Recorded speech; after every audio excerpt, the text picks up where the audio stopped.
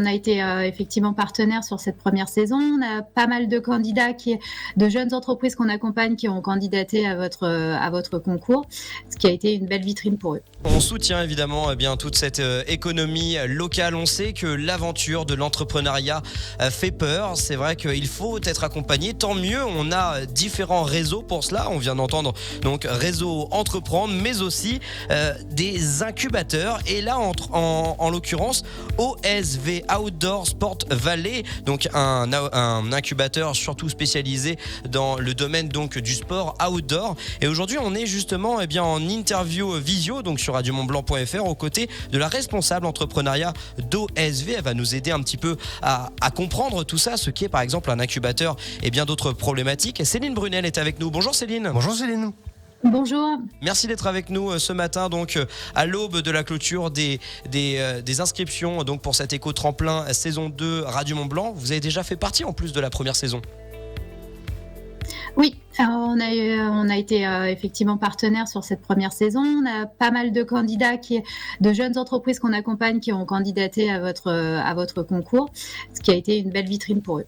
Oui, tout à fait. Donc, juste histoire que tout le monde comprenne, on reprend juste les choses dans l'ordre. Qu'est-ce qu'un incubateur très facilement, ma chère Céline ?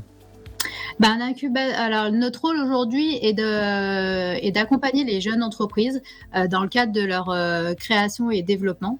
Donc, on va les accompagner pendant une année en immersion dans notre réseau Outdoor Sport Valley, qui est constitué de plus de 470 adhérents. Donc, c'est des entreprises qui font partie de l'écosystème de l'industrie du sport outdoor.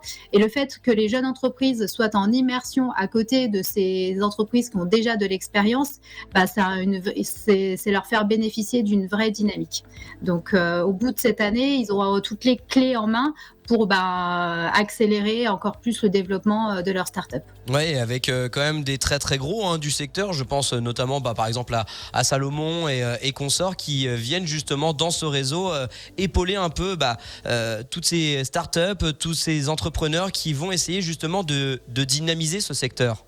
Oui, effectivement, on s'appuie sur toutes ces grosses entreprises. Aujourd'hui, on fonctionne beaucoup sous la forme de bénévolat. Donc aujourd'hui, c'est des cadres, des dirigeants d'entreprise qui viennent soutenir les startups en leur apportant des conseils. Donc chaque startup a son petit pool de parrains qui va venir vraiment les challenger, les stimuler, les mettre en réseau.